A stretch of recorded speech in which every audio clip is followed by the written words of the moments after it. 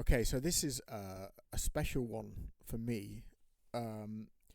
Ordinarily, when I record podcasts, I'm sat at home, and then my guests are sat at home or their studio, whether it's in the UK or in different parts of the world. But today, I'm at the London Conservatory of Contemporary Music in London, Ontario, in Canada, with my good friend Karl Sloman.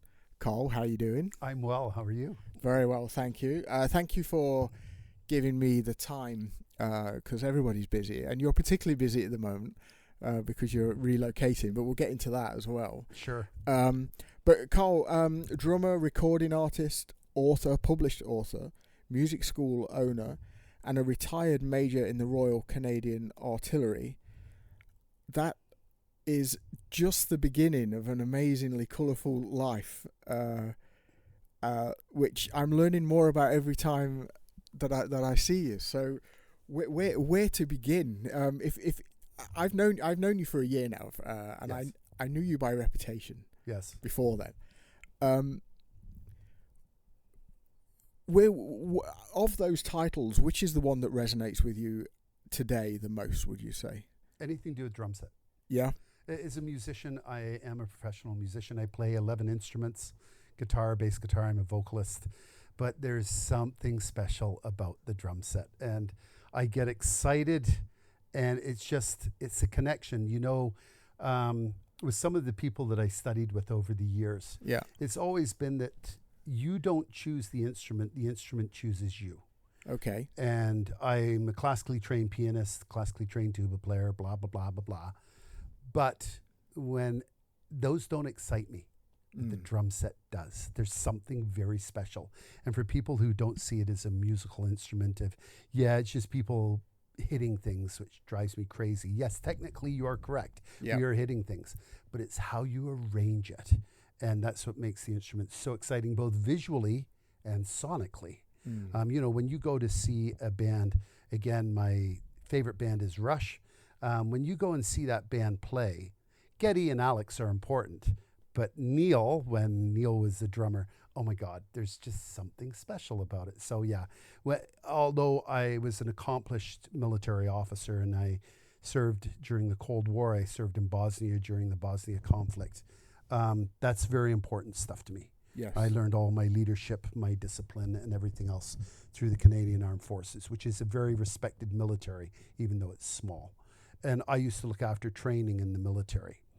So I have a strong understanding of methods of instruction, instructor, supervisor, how to write curricula, all of those kind of things. But when you turn it to music, and in particular the drum set, it takes over this all-encompassing way of life, way of doing things. And so, yeah, when you ask a simple question like that, it's not a simple answer. No. But yeah, if you look at me as a person and say, who is Karl Sloman? The drums has to come right at the top. Yeah, I think that's fair, because I can remember, I mean, for people listening to this, I visited your school a year ago, and you have a gallery all the way through the school. Yes. And I was looking at the gallery, and I'm thinking, I feel like I know this guy.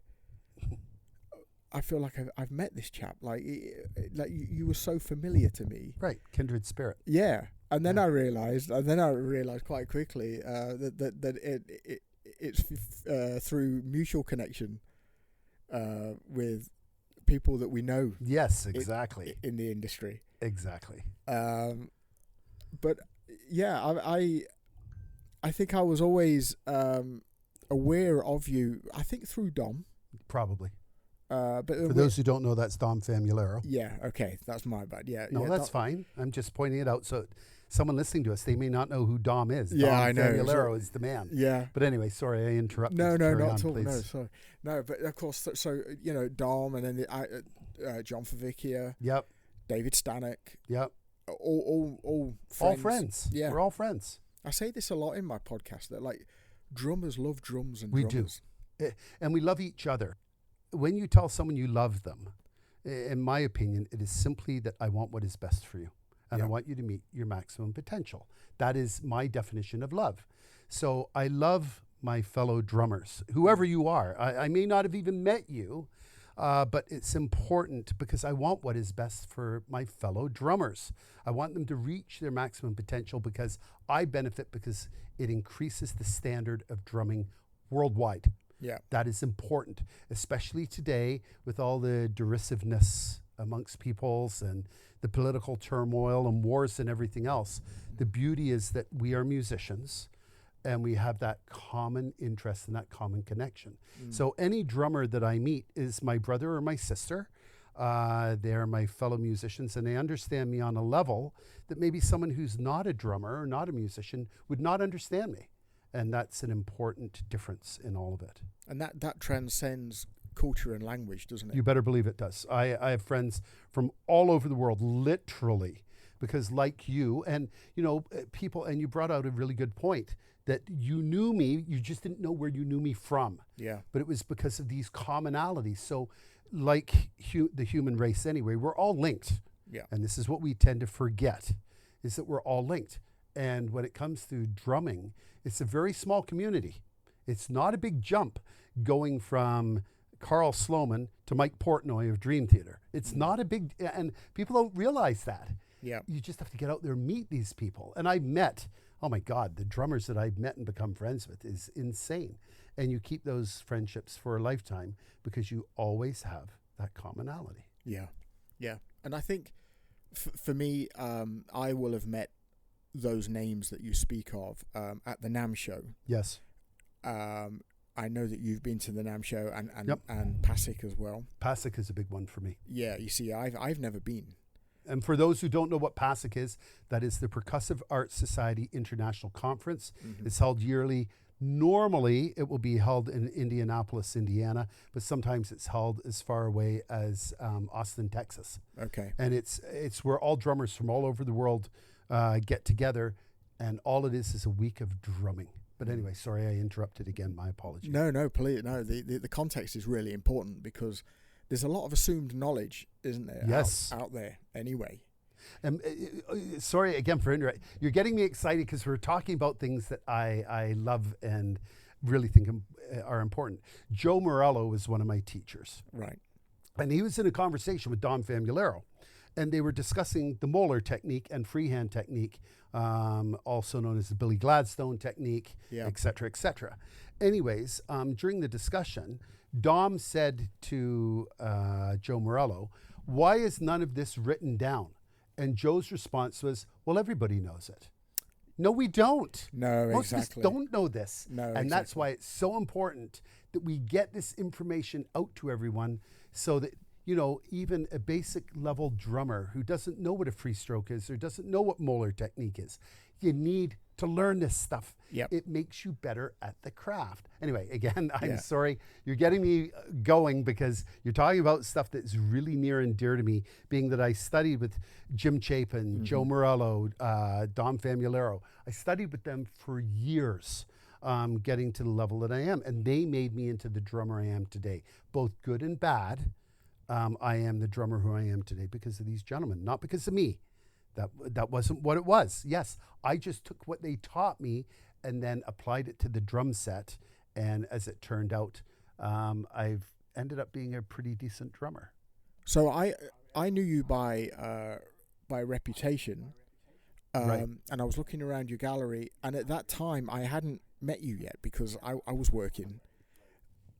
And then I come in and you're pretty much sat where you're sat now, in the admin area of the school. And we started talking and so much in common immediately. One of the things that genuinely impresses me about you, and I wonder if it's military, music, or a melting pot of both, is the desire to share with people what you know. And actually wearing different hats. I'm kind of comprehending it as I go because there's a discipline element to learning a musical instrument. There's almost like a love affair with it, you've got to be passionate about it, because it's a difficult pursuit, it's a timely pursuit, it's an expensive pursuit. You know, all of the above. And then of course there's the leadership of people in the school environment. Which came first? Was it is it chronological with you? Was it or did you duck in and out? Was it music, military music like that, or was music the thread of life all the way through? I'd say it was the thread. I started out with Ringo Starr. He was my favorite drummer, and I don't care what anyone says. Ringo is an awesome drummer. I agree. Yes, he doesn't play like Thomas Lang. I got it. But as far as drum set, he created everything for us as we move forward, especially in the rock genre. And a lot of his, all you have to do is talk to Greg Bissonette. For those of you who don't know Greg Bissonette, look him up on the internet. You know, guys like this who have put him forward. Well, when I was learning classical piano, I got to grade 6 in the Western Conservatory of Music. And I went to my teacher and I wanted to play a Beatles song. I can't remember what it was. And my teacher said, well, you can't play that. And I said, why not? And she said, well, it's not considered a valid form of music. Ooh. And this was in the 70s. Okay. And it was, then fine, I quit. And I did. And I took up drumming because I thought, well, no one can tell me I can't play a Beatles song if I'm playing the drum set. And that's what actually got me into it. Oh, okay. And I fell in love with Ringo. And then I took up guitar because I loved George Harrison's guitar playing. Yeah. And that's what pulled me into this. And then, of course, when I was a young man, 14, 15 years of age, I joined the Air Cadets because I loved military aircraft. And then the military started, but always back to the drumming, you know, whether it being playing a side drum, all these kind of things. And all the way through, like when I was sent to Bosnia during the conflict, I actually started teaching drum lessons in theater to soldiers who were interested. Yeah. Because I can't get rid of that passion. You know, my drum pad goes everywhere with me. I just packed it because of my move to the Philippines, which we can talk about later. But it's packed to go with me. I've had that drum pad for 35 years, and it looks like it. Yeah. But out come the rudiments and doing Swiss Army triplets and all the rest. I can't remove that from my personality. I am a drummer. But where the military comes into play is the discipline. Yeah. The military, as you know, that can't be taken. I bleed green. It will never change me. I'm everywhere early. I still spit and polish my shoes. When I turn out, I know I can never be overdressed. You know, things like this that you're taught in the Army. And those are things that I carry with me. So I am both of those things. Yeah. But as I said, the music comes first. So with the music, you've recorded albums. Yes. You've performed in theatre shows. Yep. And you've taught, and you're a published author. Yes. Which do you enjoy the most? Is it simply that I'm playing music with other human beings, or is it that I'm sharing information with another person who has like an equal passion for it? It's all of the above. But to be succinct, I would refine what you just said, which you said quite eloquently, but I would refine it to communication. Yes. That's the underlying connection in all of it. Whether I'm teaching a student how to play, whether I'm on stage, engaging with the other musicians, or watching dancers do their thing, it's the communications. Yeah. To get on stage is better than having sex. When you get on stage and there's an audience that's with you and they're excited about what you're doing, oh my God. It's like going to heaven if you believe in such things. There's something so special about it, but you're communicating with people.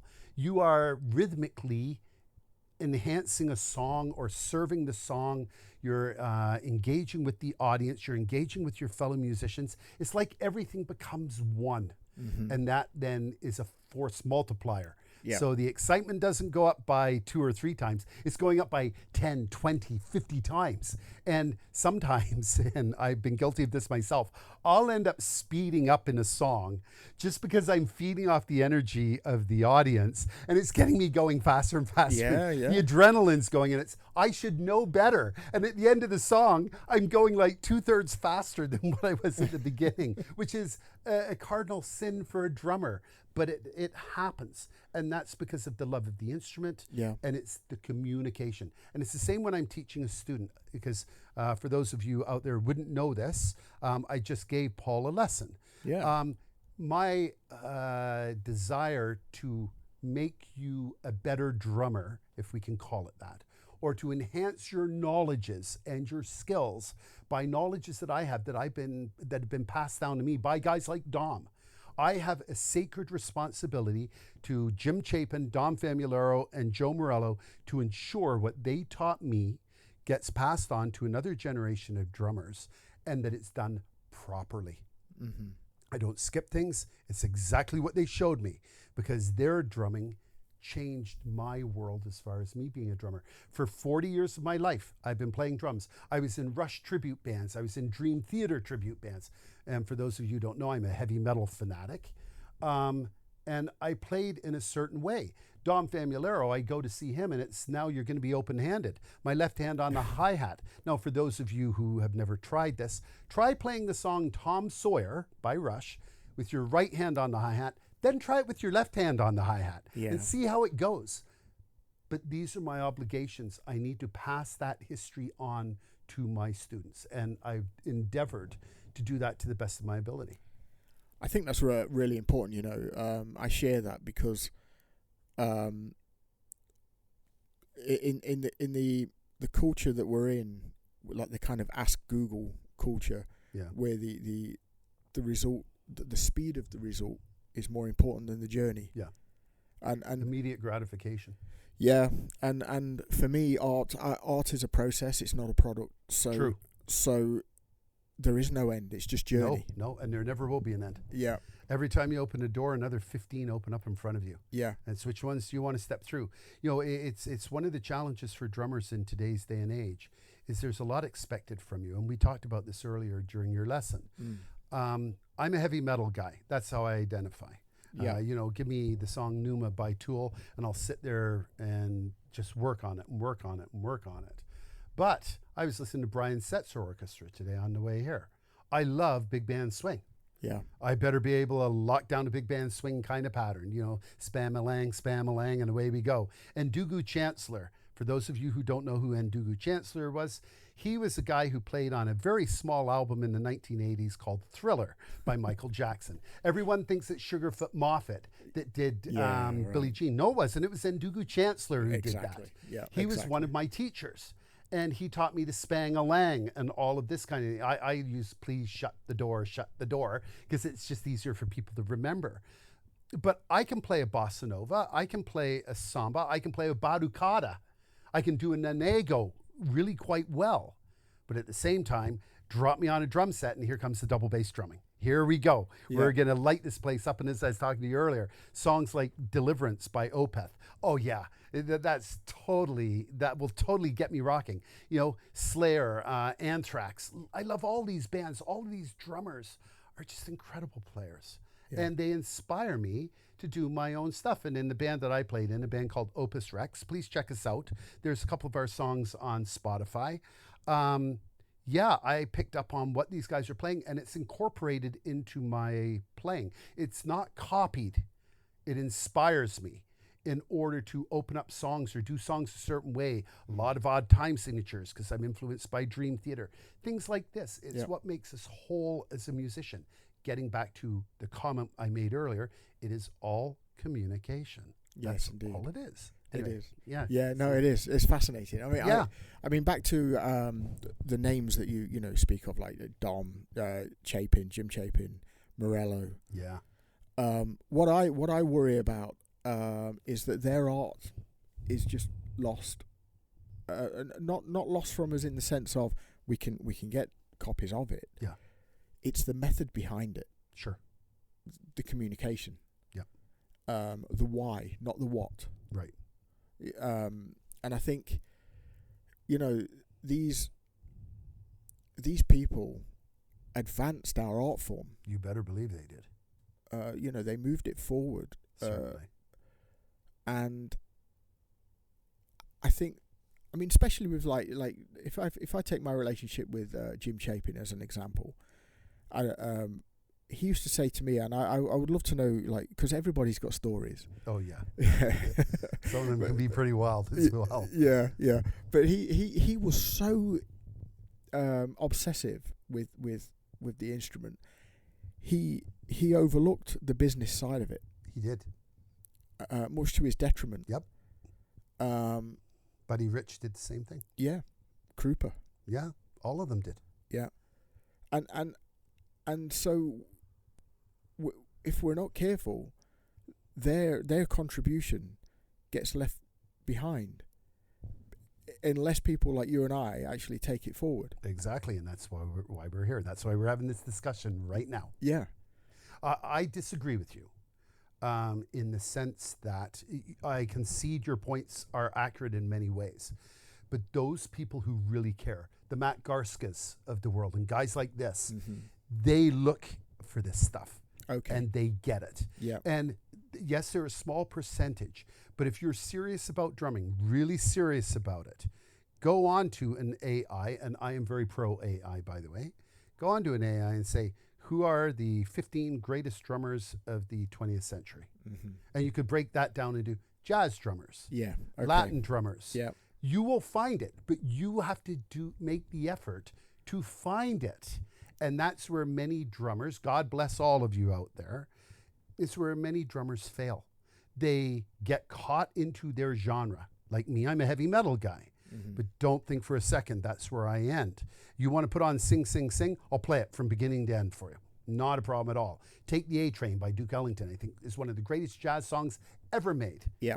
And at the same time, then 2 seconds later, I'm listening to Bring the Noise by Anthrax and Public Enemy.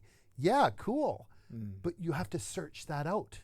And so for the people listening, if you're a rock player, bang on. I'm a rock player too. Explore the other stuff. You may not like it, and that's cool as well. But learn to play a bossa nova. Yeah. It will increase your coordination on the instrument. And who knows? There was a song that I wrote with Opus Rex where I put a baducada in the middle of it. I'm playing a heavy metal song.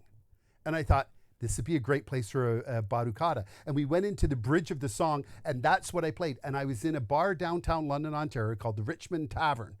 And I was playing it, and some friends of mine had come to see it. And she was from Latin America. And as soon as I struck into the baducada, she jumped up and screamed because she recognized the pattern. Yeah, exactly. And it's important, whether it's a soca, a calypso, it's amazing where you can throw all of this stuff.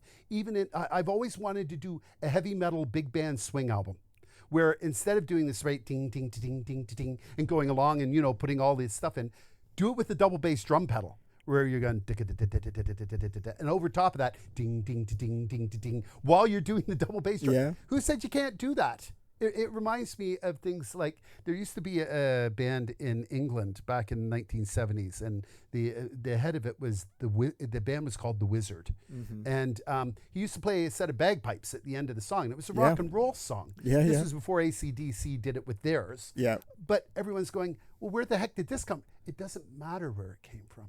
Yeah. It's being used. That's called creativity, everybody. Yeah. And there's nothing wrong with that. So be creative. Do things that people aren't expecting, which again, we can get to the coordination code a little later. Sure. Once you start throwing things, here's one, Angine de Printemps, the band right now that does the microtonal stuff. They're out of Quebec City. Yeah. And the guy's got the huge nose and all this stuff. The reason people are gravitating towards it is because it's not the same old, can I use the word shit? You can.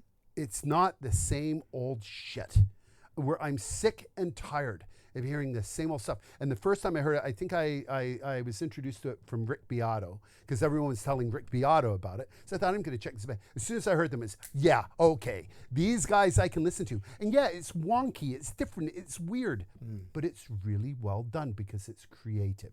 And as a musician, creativity is everything to me. I am nothing without creativity. So all of you guys out there that are working on, this weird stuff, don't let anyone tell you that it is not valid, because I've been told certain types of music are not valid. Don't listen to them. Keep following your heart and keep doing what makes you happy. That's Absolutely. the end. Yeah. Story's done. That's a great philosophy for life, isn't it? Of course it is, yeah. Yeah. Do you... I'm gonna tread really carefully here for my own sake, but I'll ask the question: Do you think that music teaching today is focused on product? Like learn this song, learn this rhythm, and it is abysmal. I went to college, to a place called Fanshawe College, very fine community college here in the city, and I took their music industry arts course, which is rated as a very good course, and it is. And we did everything from production. Using a duality board, 32 channel, blah, blah, blah. The traditional way of doing things. And God bless them. But everything was focused on pop music. Okay. How do you make money? And of course, that's what most students going there are looking for. I wasn't, because I'm retired now. I don't need any money. I've got a good pension and I'm fine. So I was looking at it from a very different perspective. But I get where it's going from. And the industry has forced us into this position. Most musicians will never make any money. I'm sorry, everybody, to pop your bubble. It's just the way it is. Very few people will get to the top. It's this manufactured, syrupy, processed thing that we're getting. What is it? I think like 60% of all songs are written by 2 Swedish guys. What the heck is that all about? Back in the 80s, and I know I'm now dating myself, but back in the 80s, a band like the Go-Go's would do an original song that they wrote and they played, and it's bravo. And even if you don't like the music, I don't care. The fact is they took the time. It was theirs. Rush recently came back out, and they're now on tour, and they're magnificent. I've seen them 37 times live. Amazing band. And Geddy Lee, they performed at the Juno Awards, which is the Canadian version of the Grammys this year. And it was one of the first time that young people heard music being played where the vocals were done, where they weren't auto-tuned in real time. Yeah. He was just singing. You get to hear all the mistakes. You get to hear, although he is really good. Yeah. But I know what you're saying there. Yeah, the thing is, guys, you are now listening to the real thing. It's not processed. And it's a moment in time. Exactly. And it could be different. Well, it is. It's different every single time it's done. That's what makes it so amazing, in my opinion. And for your audience, anyone that's listening to it, these are just my opinions. I could be 100% wrong. I don't think I am, but I could be. So I concede that, yes, what I'm talking about is strictly from my opinion and what I've experienced over my lifetime. And I started playing music in the 70s, all the way up to now. Yeah. And I followed it incredibly closely, and I've seen how it's developed. And people who say, especially my generation, the best music was in the 1970s. Bullshit. That is not true. There was a lot of crap. There's still terrible stuff, but there's also, I would argue, the best music ever written is being written right now by some band in the basement of some place who's doing some incredible piece of music. Yeah. So let's stop saying that, yes, this period was the best time music. For me, I love the 80s. I just do. I love the music from that period. But there was a lot of crap during that period. But there was a lot of great music that was created then as well. The Police, Rush, of course, falls in there. You can just list a myriad. Yes was still doing their stuff. Yeah. There was a myriad of beautiful and great creative music being made then, but it doesn't make it the best. It's just a time period. That's all it was. Yeah. So if we bring in like the 3 things that we've kind of spoken about. So there's the communication. Yeah. There's the pioneers of our art form. Yes. And then there's the danger that music lessons are becoming product. Yeah. Do you agree? Because it's my opinion that we have a responsibility to curate research. Sure. Within the lesson. Yes. You see, sometimes I've had this conversation with parents that they'll say, well, little Johnny didn't do much today. I'm like, you're kidding? We've just listened to Dark Side of the Moon. Right. Like I've just exploded his universe of like musical appreciation. You bet. But it's not example 21 from page 32. It's not Right. It's not that. It's bigger than that. Right. You know, what's your homework this week? Your homework is to listen to that album. Sure. And then we're going to talk about it. Yes. And I think that there's and again this I share your perspective on this. I concede that I could be completely wrong. Mm-hmm. This is based on my experience. Exactly. That there is a desire for a tangible output from every interaction that we have with people. Agreed. Whereas actually, it's the arc is it's much bigger than that, isn't it? Of course it is. And this is where, and I'm probably going to get a visceral reaction from a number of your audience here. AI is your best friend.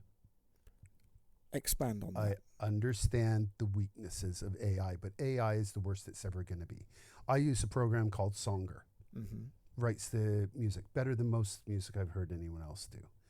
And people will say, oh, yeah, but it's not real. Well, who the hell cares? A lot of music isn't real. It's just a thought someone came up with, and now a human is playing it sometimes quite poorly, whereas this plays it beautifully.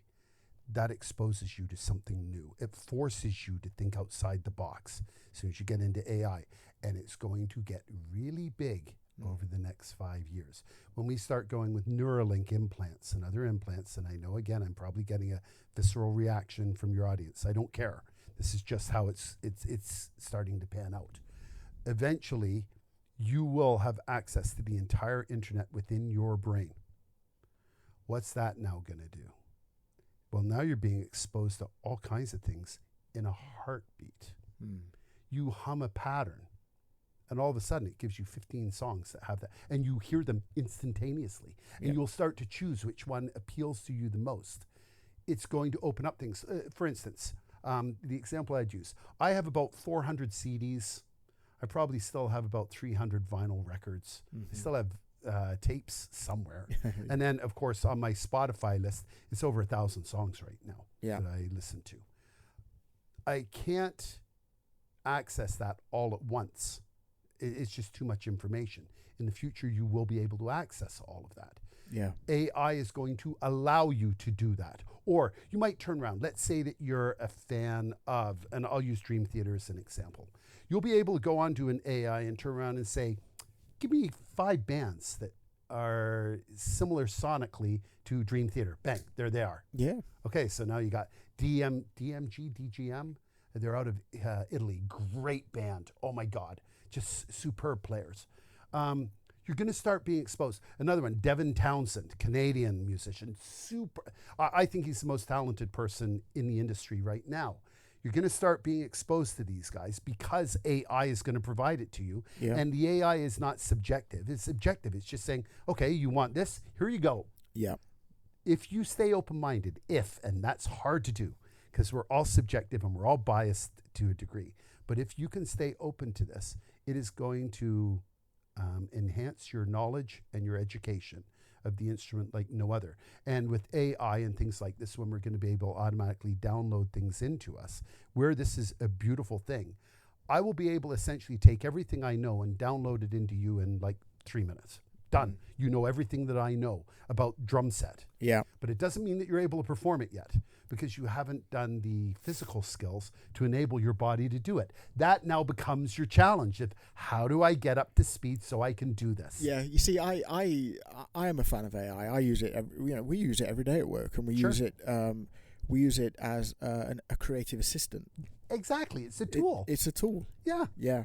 But the human endeavor remains. Yes, exactly. It's an amalgam of these two technologies, we being a very ancient technology in comparison to AI, because at the end of the day, a proper AI, a deep neural network, thinks exactly the way you and I do. Yeah. Everyone says, oh yeah, but it's been programmed. Not a deep neural network hasn't been. It learns from information just like a baby does. Yeah. Okay, well, what's the great thing?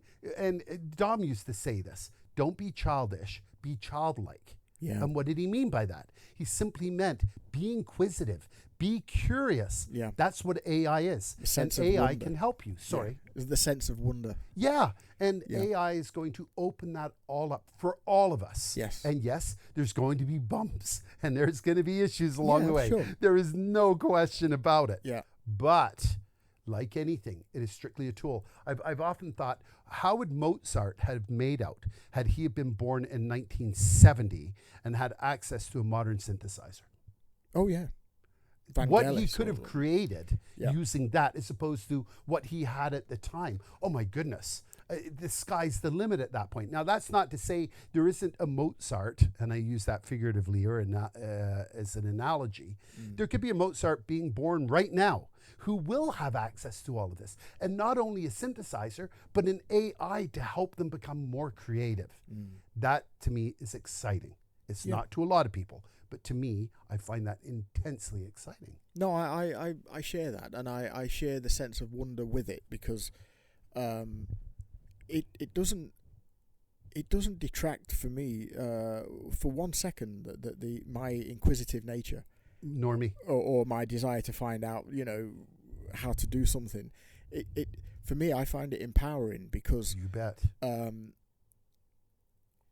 I use this example a lot. So for those that listen to this often, you're going to be really bored about this, but I'm trying to make the pursuit of music more inclusive. Yes. So, for example, the example I often use is, the purists won't like this, but sight reading is all well and good if you have the gift of sight. True. So does that mean that a person, and we spoke about this over lunch in a different context, but does that mean that a person who can't read, can't play, Right. or can't learn, Right. or can't communicate, Sure. or can't devise a method to communicate a very complex way of playing to another person? Yes. And to give case in point, a real life experience of mine, last year I had a detached retina. If you remember, I had just gone through my first operation when I met you. Yeah. Since then, I've lost most of my sight in my left eye. And what ends up happening now is I see double of everything. Okay. Try reading sheet music Yeah. when you're seeing double of everything. Whereas I can still play at a very, very high level. And sometimes I'll even put an eye patch on so that I can just see one thing at a time. Yeah. But there's got to be a better way. And Yeah. there is a better way. And There you is. experienced part of that today with the Yes. lesson that I gave you. Yeah, and actually, it was a fantastic lesson. I'm not just saying that because you're there. Right. For me, it's the VARC model. It's the visual, auditory, read, write, kinesthetic approach. In that, a visual represent. Okay, let me rewind a bit because I'm getting a bit excited now. Okay, great. Right. That's good. If you accept that we're all neurologically different, Yes. rather than the tag per se, just that we're all different and we live in a shared world, but our own worlds as well. Yes. We will compute and comprehend and rationalize everything differently. Yes. So what I loved about the lesson that you gave me, which is about your work, and obviously your best to explain this, is that it simplified hugely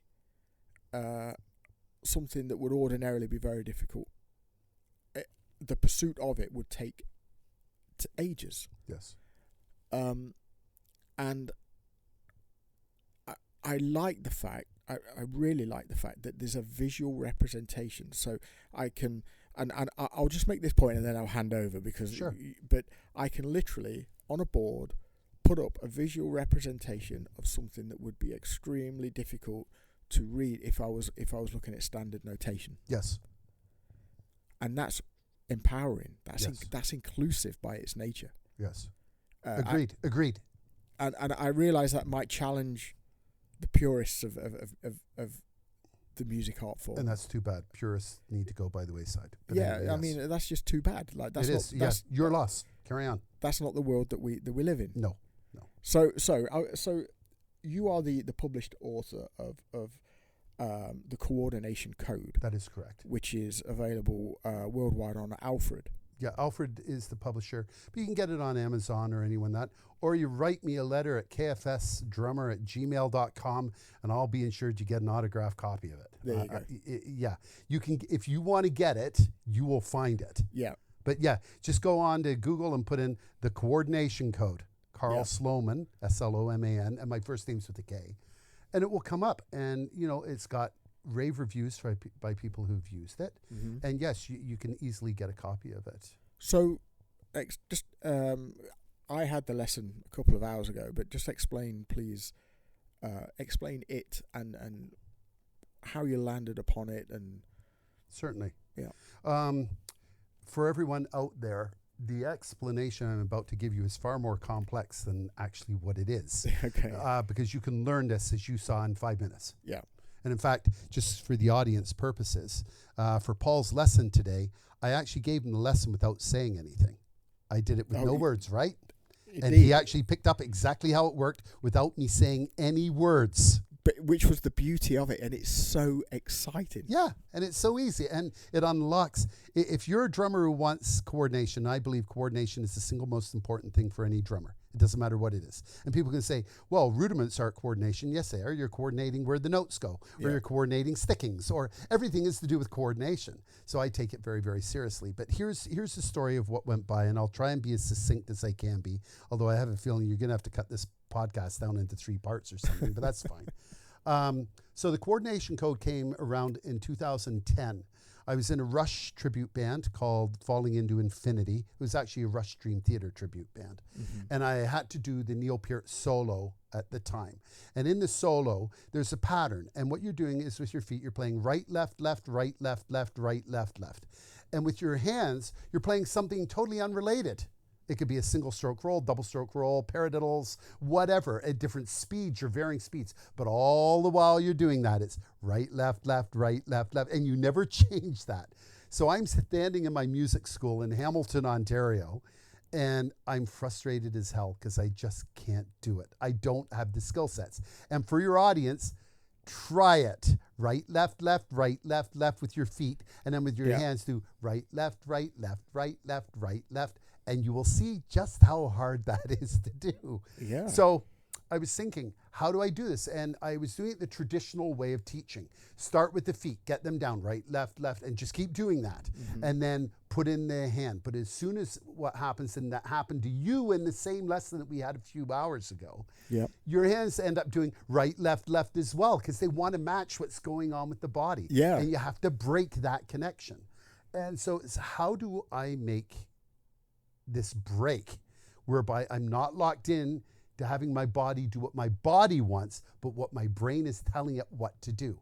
And the way that I did it is follows. Instead of looking at each line of what I was trying to play and writing it out and trying to coordinate it that way, I simply said, okay, let's take the first note. What is my body doing? And in that particular case, it was my right hand and my right foot together. Yeah. So I abbreviated that by putting down the letter R, which stood for right. Yep. Then the next beat was my left hand and my left foot, which is, most of you can probably figure out as this goes on, that became left. So now I had RL. So I knew right hand, right foot, left hand, left foot. Now the next one becomes tricky because your left foot stays on the hi-hat, but now your right hand comes into play because you're doing a single stroke roll. So now how do I notate that? So what I did is I put an R, because it was my right hand, and then I put a little X beside it showing it was across my body, which meant right hand, left foot. Then the next one is left hand, right foot, so that became an LX, and then right hand, right foot with the little X, and then the final part of the pattern was my left hand and my left foot, which was an L. So the whole pattern ends up being R, L, RX, LX, RXL. If you can play that, you can now play that pattern, which literally will take people hours to try to do if they're not using that system. So I tried it out on a number of students and they loved it. And they said, oh my God, I never thought I would be able to do this. And it's, I didn't either think that I would be able to do it. But now I had access to this new code by letters, which allowed me to essentially play anything, because it doesn't matter how complex the song is. You can break it down into what's going on a particular beat. And now you just have to know, is it an R, an L, an RX, and an LX? And then there was two other ones, which is your hands playing together, which I called H, and your feet playing together, which I called F. Geez, go figure. It's not rocket science. But I was concerned because your brain still now had to coordinate of what does the RX and the LX and everything stand for. So your brain has to take that in, convert it into what your body is doing, and then play it, much like standard notation does. When you see an X and a couple of dots on the screen, you now actually have to, or in a book, you now have to look at that, transfer that into what it means in your body, and then play it. That is too long a time. You need to get it much quicker. So I came up with what I called pictograms, and I call them windows. And it looks just like a famous window a child would put on a picture of a house. Okay. So it's a square, and it's got a cross in the middle of it, breaking it down into 4 parts. And all I said was, okay, each part represents a part of your body. Your left hand, your right hand, your left foot, and your right foot. Whichever one you color in now becomes what you're playing on the drums. So for your audience, try and picture in your head a square that's broken down into 4 boxes. And let's say I fill in the top left box. That's your left hand that you're going to play. So you play it. Yeah. And then let's say I fill in the top left one and the bottom right one. It means you're playing with your left hand and your right foot. So the only question then becomes is, what is the timing on this? Because they're not notes. It's not an 8th note. It's not a 16th note. Yeah. So all I do is I put in all my boxes, and then I put the count in. 1 E and a 2 and 3 E and a 4 and, or whatever the count happens to be. And if you see you've got a 1 E and, you know those are 16th notes. They have to be, because that's how we count them. Yeah. And so by doing this, these boxes I talk about, I have literally had 5-year-olds who figured out what I was doing before I finished writing it on the board. And they would start actually playing what I was writing down without having any instruction. Now, here's why this is important. Albert Einstein said that any fool can make something more complex, but it takes a touch of genius to make something simple. I am not suggesting for a second I am a genius. I'm just suggesting that this system makes things simple. So for all of you out there who have been intimidated by certain drummers and the polyrhythmic, the crazy stuff that these guys do, this allows you to access that which once was beyond you because of the simple nature of how it represents. And I can teach anyone how to do advanced technical problems coordination-wise using this system. Yeah. And when I sold the rights to, and I still own part rights to it, to Alfred Music, they said to me, this is the most original book we have seen in 35 years. That was back in 2012. Okay, so you're going back a number of years at that point because it doesn't teach things the way everybody else does. And we discussed this before. And it's nothing against all the other authors out there. They do great stuff. Their material is good, you know, whether you're doing the Drummer's Cookbook or Realistic Rock or anything like that. All great stuff. Keep doing that, guys. The Coordination Code, though, I think should be a book that you own. Yes, I know I'm biased because I get a kickback for every book that's sold. I get all of that. Yep. But it will improve your skills at levels you've never seen before because it's not regurgitating the same stuff we've been showed for the past 100 years. This is new. It's never been done before. When it comes down to complexity of songs, a lot of times it's not available to the average drummer simply because if you're used to playing, and this is nothing against Charlie Watts and the Rolling Stones because I love their music, especially last time. I think it's the best song they ever did. But the songs are pretty straightforward. They're not the standard complexity of a lot of the progressive players that are popular for lots of reasons, right? Totally, it's accessible. Yeah. But if you want to get into the more difficult stuff, and that can even be focused on a guitarist like Yngwie Malmsteen, his drummer is a superb drummer. They're all great drummers. But the question is how do I get from playing boom ta to some weird amalgamation in 21/16 time, which is shifting all over the place with these maniacal hand-foot coordination problems that you run into. And the Coordination Code, what it does is it now allows a basic drummer in 15 minutes to start into that world and expand their drumming. And as I showed you in the other room when we were playing, you may never use any of this stuff. You may never play one of these patterns in the music that you're playing. It's not what it's about. It's about the fact that you've been exposed to it. And as I said to you, in my band Opus Rex, when I was doing some of the music, I wasn't consciously thinking, oh, I'm going to put this in here or there. It just naturally comes into play. It's like when you learn to do molar strokes and free strokes and stuff. You're not thinking about doing them when you're playing them. You've just gotten so good at them, they are just naturally there. Yeah, they're enablers, aren't they? Exactly. Yeah. And, you know, people get frustrated, and I don't blame them for being frustrated because they're wanting to get better, but they don't know how to. And no one shows them how to. And as I was saying, when it comes to instructors, many of them have this attitude. Well, I had to learn to do a double stroke roll, starting out slowly, ma, ma, da, da, ma, ma, and then speeding it up. I don't teach double strokes rolls that way. Exactly. I teach them from a press stroke roll. Yeah. And then I say, now loosen your hands. Yeah. And it goes straight into a double stroke roll. Exactly. It makes it a million times easier. I can get a student to play a fast double stroke roll, usually within one lesson.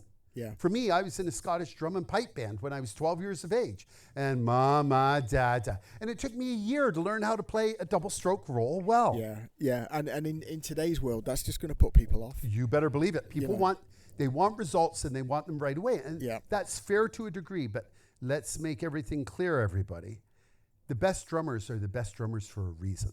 Yeah. Lots of practice, lots Yeah. of time on the instrument, and dedication. Virgil Donati, he is known. He was practicing 10 hours a day when he was 17 years of age. And he did that for 3 or 4 years. And there was no breaks, every day, back on the kit for 10 hours. No wonder the guy's so freaking amazing. Of course he's amazing. Yeah. You can't help but get that good if you spend those kind of hours on there. And no one's asking any of you listening to this to do that. Nobody is asking for that. But if you want to be at that level, sorry, I can't just make it work for you. And again, AI eventually will allow us to get most of the way there. I can't just take what's in my brain and stick it into yours. I can just tell you what I've learned over 63 years of living on this planet, of what worked for me and only me. So any people out there listening to this that are critical of me, that's totally fine. You may be 100% justified in your position. All I'm saying is this is how it worked for me and how I became, by reputation, well known in the drummers industry. Like Vic Firth was a close friend of mine. I'm endorsed by Dream Cymbals. So Andy Morris of Dream Cymbals, he owns the company, knows me extremely well. In fact, he gave me a recommendation when I went back in the military after I had quit for 5 years. These people, they're incredible influencers in the industry. And they are because of their way that you can approach them, the knowledges they have. And we're here to share all of this. And none of us are right, none of us are wrong. It's just an amalgam of what we've learned over the years. And some things work. And, you know, the things I learned in the 1970s may not be applicable in the music industry today. And yet they might be as well, equally. And what we generally find is things work in a cycle, a circle. Exactly. Yeah. So what was popular in the 70s may very well come back. Yeah. Okay, so be ready for it. Yeah. Learn. Go online. And any of the people I've mentioned in this podcast, if you don't know who they are, go and find out. Yeah. And that's how you expand and learn more and expand your horizons of this amazing thing we call the drum set. Yeah. Anyway, sorry. Go ahead. No, it is fascinating. I like the fact that it deals with coordination before rhythm. Yes. And therefore before musicality. Yes. And then therefore you can reverse engineer it. If there's a piece of music you can't learn, you can hop, skip and jump over the rhythm and just go all the way back to, okay, so what does the body need to do? Right. Then we'll rebuild it. Exactly. And even having said that, because Benny Greb, who again is one of my favorite, if you don't know who he is, go and check him out, guys. Benny Greb is amazing. He put out a program called The Language of Drumming. What he's doing there is what I've done, but he's doing it for the rhythm part. Yeah. So if you learn the language of drumming and the coordination code, I defy you not to be able to play anything ever written. Yeah. Anything. I don't care what it is. Yeah, and I think it's a fascinating pedagogy that I am definitely going to use it. I'm not just saying that. I'm not saying that because we're sat together doing it. I can see in my mind. I know of students immediately that will benefit from this approach. Totally. From the alphabet part. Yep. And the pictograms part. Yeah. And that's what it's all about. It's making this almost a cultish thing of being a professional drummer, and look at him, he's the best of the best. Yeah, he's a human just like you and I. Thomas Lang, who is my favorite technical drummer of all time. I don't think there's anyone who comes close to him, and that includes all the greats. And for the purists out there, I don't give a shit. No, Thomas Lang is the man. The guy's a freaking robot, the way that he's able to perform music. And don't take that he's robotic in his playing. No, he can just do things I've never seen anyone else do before. Yeah. And he even said that I'm just a human. I just spend a lot of time, and I struggle with things too. And you'll find with all of these drummers, and I would include myself in those, and I certainly don't consider myself anywhere near the level of a Benny Greb or a Thomas Lang or a Virgil. I'm just not at that level. But and Mike Mangini is also another really good one when it comes to this. They all have systems in place that they use. Yeah. And they follow those systems. Yeah. And it leads to a logical ending. In the military, we use the expression selection and maintenance of the aim. What is my aim? Mm-hmm. My aim is to get good at coordination. What do I need to get to the aim I'm expressing of coordination? Yeah. These set of exercises will get me there. If it's not working, then change your path until you get to that aim. Yeah. And if you do, you will be successful in what you're doing. Now, you may end up there and go, well, that was not, it didn't end up working out what I wanted. That's okay. You've learned something new. I was taught in some leadership circles, like from the Royal Engineers. Yes. They call it so what. So it's like, okay, we need this unit of people on the other side of the river. So what? So what? Okay, we need a bridge. We need a bridge. So what? So what? Okay, I got to pull that from rear area.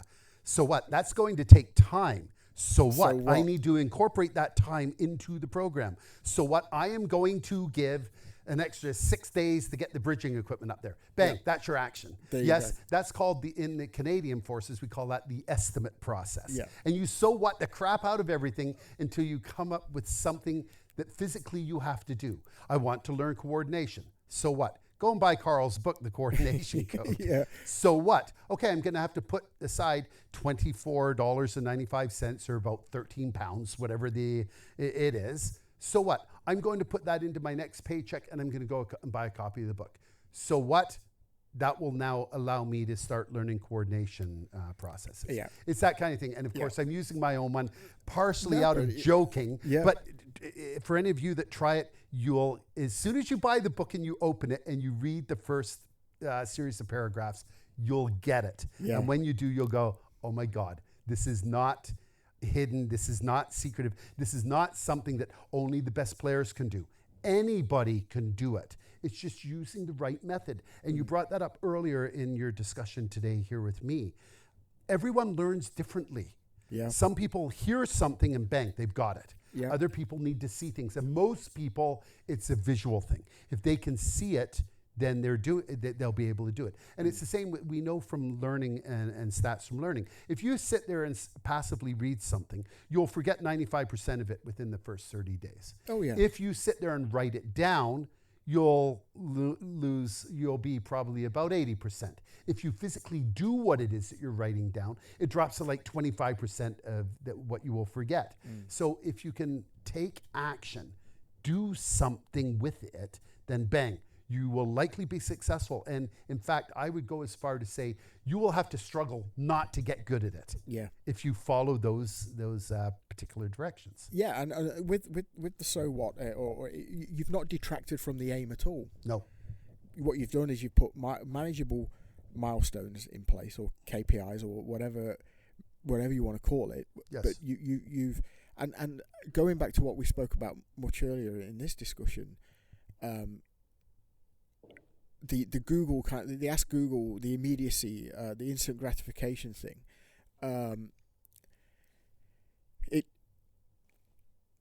I often say to people, like playing the drums, because it's so physical and so visual, it's often a little bit like the Wizard of Oz. Mm-hmm. In that it's what's going on behind the curtain. Yes. It's a completely different realization. It's a different reality. Yes. What you're seeing, and especially on social media as well, is you're not seeing the hard work. Not at all. You're seeing the end result. And you're not also seeing the 35 takes that it took to get it there. And I would love to. Yes. I wish more people were brave. So show me where the errors are. We can learn more from that than we can from seeing you play something perfectly. Because I would belong to that scenario. Exactly. You can relate. Yeah. Communication. There you go. It comes back to communication. Yeah. Yeah. And I know that especially in the guitar side of the house, you get a lot of things where guitarists are speeding things up for it. And you can tell because their hair is moving differently. You know how things get rapidly. You can see it's not the same thing. I know that Dragon Force, who I think are brilliant musicians, they were accused of speeding things up in the studio. Maybe they did. And if they did, okay, they still made millions selling records from doing Through the Fire and Flames, songs like that. I've seen the videos of them playing. Okay, they seem to be doing a pretty good job with it. And I'm in awe of what they're doing. But I was just watching the latest Rush tour stuff because everyone's throwing it up on social media, and that's great. Alex Lifeson doesn't normally make mistakes in his guitaring. This time he is. Now, the guy's got arthritis. He's also 75 years of age. And he's doing music that most people can't do. I'll give the guy a break. Thank you very much. As I said, I've seen him 37 times live. I had front row seats to them years ago, and we won't get into that, but there was a documentary made about me called Walk the Walk. Can we get into that? Yeah, we can. We'll do that in a few minutes, of course. Yeah. But when I saw Rush that time in Cleveland, Ohio, it was front row. They played the music perfectly. Now, that was 2015. That's 11 years ago. Yeah. But they were perfect in their execution. Now, they're not so perfect. Yeah, because of their age and everything else that's going on, these kind of things happen. And they can't be faulted because time takes its toll on people. Yeah. And that's fair. And as a result, I will give anyone, a degree of latitude just because of age wearing them down. Again, you mentioned Jim Chapin earlier. I knew Jim Chapin when he was in his 80s. He could barely walk. As soon as you sat him behind a drum set, everything just shot off, like in a good way. Yeah. He was incredible because muscle memory and all of the practicing that he did. Yeah. But even then, when you get older, things are going to fall apart. I know that Rush has just delayed a couple of their performances because Geddy's got laryngitis and bronchitis. Guys, when you hear Geddy Lee sing and the notes that he has to hit, when you're 20 years of age, you can pull that stuff off. Mm-hmm. When you're 70 years of age, not so much. And we see that all the time. Like a guy like Dave Lombardo from Slayer on drums. When he's 80, I don't expect him to be doing the song Angel of Death. I just don't. Well, it's unreasonable, isn't it? It is, and it's unfair for us to place that expectation on them. Yeah. And there have been a number of bands that are playing with their reunion tours where they pull in session musicians who are actually playing the parts because the original person just can't do it anymore. Well, okay, it's like everything. I was a major in the Canadian Forces. I am not so stupid to think that I can go out and deploy a gun battery right now in my present condition. And I'm 63 years of age. 25-year-old can do it, no problem at all. I'm 63, I can't do it. I've got friggin' arthritis in my hips, for God's sakes. I'm not going to do that. And that becomes the humility and the modesty to look at something and say, I can't do that anymore. But that also is why students of drums need to learn things like molar technique and free stroke. When you start learning things like molar and things like that, you end up with the Jim Chapins and the Joe Morellos and the Dom Famularas of the world, where they're playing into their 70s. They sound like they're 20. No, they're not using brute force to get through it. They're using technique to fill those gaps in order to make them just amazing players still. And we're lucky, we're drummers. We get to sit down all day. A guy like John Petrucci, or I'm just looking at Satch on the wall there, playing his guitar. Yeah, when they were in their 20s, that's easy. Yeah, try and lugging around a 15-pound guitar for a friggin' entire night when you're 65 years of age and you got 2 hours of playing to do. It's unfair for we, the audience, to expect those people to be able to play at those performance levels. Yeah. But at the same time, it's indicative and important for the person trying to do it to understand that they're not able to do that anymore. Yeah. And to be graceful and to turn around and with a certain amount of modesty and or humility, turn around and say, I think it's time to hang things up here. Unless, of course, people are going out just for the entertainment value, and that's totally valid as well. So yeah. I don't know if I've turned around in circles here and people are saying, what the hell is he talking about? He's speaking both sides of the coin, and maybe I am speaking both sides of the coin. But I admire great musicians and what they did when they did it. Yeah. But it doesn't mean that they can still do it. And again, as I stress, that is okay. Absolutely. Yeah. We haven't got much time left because I'm very aware that your school is coming to life around us. Sure. You just tell us a little bit about that documentary. I mean, I've watched it. It's beautiful. Yeah. It's. Most people cry when they watch it. Yeah. I mean, when I got back home to England, I shared it with my business partners. Like, yes. you guys have got to watch this. Yeah. Because I got an email link. Right. From Graham. Yeah, please. Yeah, sure. Tell us about that. So back in 2004, I played the drum set for 60 hours straight. I became the world record holder at that time for continuous drumming. And I wasn't playing lightweight music. I was doing Iron Maiden and all kinds of stuff for 60 hours. And it was wonderful. And the reason that I did it to raise awareness for people with cerebral palsy. So I did the 60 hours for the Thames Valley Children's Centre, which is an outpatient clinic. And when I was done, the CEO, Dr. Laporta, came to me and said, would you start a music program for the students here with disabilities? And I said, of course I will. So what I did, I invented a system, and this is all shown in this video called Walk the Walk. And you can look for it on YouTube, but you can't see the whole show. Again, if you send me an email, I'll send you a link so you can actually see it. And it's 22 minutes, the documentary, because they needed space to put adverts. And this was of the days when TV, you had advertisements in the shows. So when I was done, he asked if I'd do a music program. And I said, sure. So I invented a system where the students could trigger sounds from their wheelchairs through their headrests. And this was an eye-opener. And as Graham Floyd, my business partner, said, and I think you're going to be having an interview with him, as Graham says in the actual documentary, no one wanted to work with these students. You know, the instruments didn't work for them, or they weren't able to access the information that was required, et cetera, et cetera. So talking about you and what you said earlier with inclusivity, I wanted to allow everyone to experience the joy of creating music. That was my mission. Mm-hmm. It's what I wanted to do. So I had selected my mission, which was my aim, and I was going to do everything I could to get us there. Well, the technology back in 2004 when I was doing this was very primitive. So I had to hook things together that shouldn't be hooked together and all kinds of stuff. Anyway, I got a system up and running where the students could do exactly that.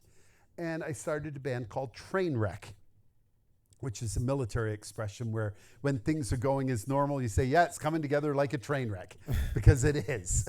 And so we started to perform, and we performed for school boards and all kinds of things. And people were going, what the hell is this? You know, here's these kids in wheelchairs making music in real time. And we were playing music by bands like Collective Soul, and we even did a Megadeth tune at one point. We were doing all kinds of music, and the students were doing this from their wheelchairs. So naturally, there was a strong moral level to it. We had the moral high ground because we were doing something that nobody else was doing. We were the only ones. And we even entered into competitions here called the Kiwanis Festival in the London, Ontario region, where the students were performing and being marked on their capabilities. Like it was surreal. It was amazing. And I was doing it all free of charge. Like, yeah, I'm volunteering. This is what I do. So anyway, because of that, there's a place in Toronto, Ontario called the Walk of Fame. And it's like the star thing down in Hollywood Boulevard where they have the stars. It's the same thing, but they have a maple leaf and Rush is on there and Bryan Adams and all these famous musicians, Alanis Morissette, whatever. They've got their maple leaf on the strip. The organization that oversees that, of course, has access to all the big names. Right. Neil Young, you name it, they've got access to these people. So they approached me and they said, are you still running your program? And I said, yes, I am. This was in 2015, I think it was. And they said, no, 2012. They said, we would like to come and see you. So I said, yes, sure. So they drove down and I wasn't really paying attention. So they're just going to do an interview like you and I are doing, and that's going to be the end of it. And so they came down with some camera people and they looked around my studio I was using at the time, which is a little tiny studio, nothing like what we have today. And they said, who are your influences? And I said, well, Mike Portnoy of Dream Theater and Neil Peart, and it is Peart, not Pert, Neil Peart of Rush. So they said, okay, well, tell us more. So I told them about it. So behind the scenes, they're talking to Graham, my business partner, who you're going to be having an interview with. Mm-hmm. And they said to Graham, if Karl could meet any person in the Canadian pantheon of musicians or artists, who would it be? And he said, Neil Peart of Rush. And so they said, but we can get like Neil Young and people. He said, no. He said, you don't understand. He said, Neil Peart is the guy. Yeah. And so they said, fine. So they left. And then Graham and they were working together behind the scenes. And then they came back to see me and they said, we want to do some more videos. Can we see the students perform? And I had the students performing and we did all this stuff. Well, unbeknownst to me, all of this stuff is being sent back to the management at RSO Records for Rush. And they're seeing what I'm doing and that Karl wants to meet Neil. So they did a ruse, and what they did is Graham and we were going to PASIC in El Paso, Texas. So we're down in Texas. They then had to get me back to Cleveland, Ohio, because Rush was playing there, and they wanted me to meet the band. Yeah. And Rush was fully on board with all of this. So after, oh my God, we were traveling for about 5 days because I was driving down to Austin, Texas. We caught the flight out of El Paso, or not El Paso, where the Alamo is. I can't think of it. It'll come to me. San Antonio. Okay. So we flew out of San Antonio back to Atlanta, Georgia, then back up to Cleveland. And they said that I was going to meet with Lorne Wheaton, which is Neil Peart's drum tech. And I knew Lorne because I had contacted him before, never thinking what was going to happen. And sure enough, they took us backstage and I learned all about them, of what was going on, and it just blew me away. Here I am, backstage at the Clockwork Angels tour, waiting to see Rush. And I didn't know I was actually going to meet the members of the band. I was still thinking I was going to see Lorne Wheaton. Yeah. So they put me on stage, and who comes out but Neil? And Neil, of course, is a very, very private man. And I'll tell you, when you meet someone who has impacted you on the level that he impacted me, it is a surreal moment. It is staggering.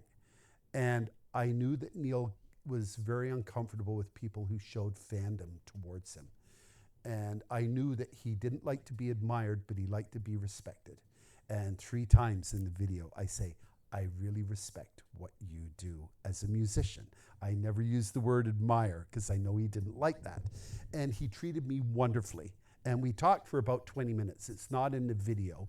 They just took snippets, of course, the highlights. Yeah. And then they invited me to sit behind his drum kit. And Lord Wheaton said to me, other than myself, nobody else has ever sat behind this drum set. And I got to sit behind the drum set. And it was on stage, too. Because what I didn't realize was that when we then left and Neil had gone and they said, okay, Karl, come with us. So Graham and I went round the corner, and sure enough, Alex and Getty were there. Yeah. And they gave me front row tickets to this show, and we sat and chatted with them. I made some goofy some goofy statement. I think in there's one section where I said to Alex and Getty, I said, you don't know this, but Graham and I play in a Rush Dream Theater tribute band. And Alex Lyson said, that's great, wonderful, because they're so genuine and down to earth. And I said, so we will know every mistake you make tonight. and Getty pipes up and says, oh, that's nice to know. Yeah. And then they gave us the front row tickets. We got to see them, and then we left afterwards. And from that, they made this documentary called Walk the Walk. It was released on TV here in Canada, but due to copyright laws and that they want to make their money from it, it was never released to the public other than the one series of performance they showed. There were 6 episodes, and the one on me was the first one. And I think it was to get everyone's interest because there are so many Rush fans in Canada. We all love Rush. It's like hockey for us. Yeah. And so it was heartwarming for me. It was it humbled me a great deal that here someone who I had idolized and listened to for 30, 35 years, whatever it was, because I got into Rush back when 2112 came out. To have someone of Neil's stature look at me and say what he's doing is remarkable or great work or whatever the case may be, that was hard for me to take, believe it or not. It was really difficult. And I know that probably sounds weird to your audience, but when you're just a guy, and that's all I am nothing special. I am just like everybody else, trying to get through my life. I have all the struggles everyone else does. In fact, I probably had more struggles than most because I served in the military, for God's sakes. To have someone who I admired, and I did admire him, even though I didn't tell him that, at that level was something that I can't really put into words. And I don't think anyone would be able to if they really do have an admiration for someone at that level. And what I say to your audience right now is, think of the person you admire the most in whatever. It doesn't matter what field. It could be computer science. It could be music. It could be whatever. And think of what happened if you met that person and they asked to see you, not the other way around. It's not like I was one saying, yes, I want to see Rush. No, people came to me and said, who would you like to see? I tell them, and that band is aware of me and said, we want to see this guy. Yeah, it is a lovely film. And so, as I said, to any of your members that are on here, now you watch, I'll get 300,000 requests, which is fine. It'll just take me a while to get them out to you, but I've got it in a Dropbox. I'll just send the people the link and they can watch it. But there's a very high likelihood you'll cry. If you don't, show it to your wife, she'll cry. And if you're a woman, show it to your guy, and he may very well cry because you get to see the impact that this had on people who have severe difficulties, not through any fault of their own, but through to a nasty piece of work called cerebral palsy, which they are going to cure in the next 5 years. I am convinced of that. But for those of us who are able-bodied and able to do things, just thank your lucky stars that you have full functionality and full capacity. But what I want you to take away from this, and I want to leave this with you in your minds, everybody, you all have talent, all of you. Don't let anyone else tell you anything differently. If you play a drum set, you are a musician of the highest caliber. Don't let anyone tell you anything different.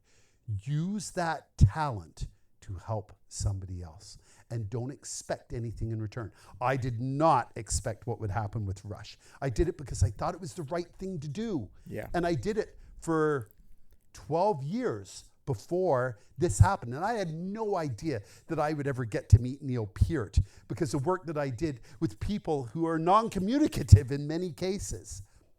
Do it for the right reasons. And I would argue the right reasons are you doing it for altruistic reasons, even though it can be debated whether there's such a thing as altruism. But do it not because you want anything. Do it because you're helping your fellow man.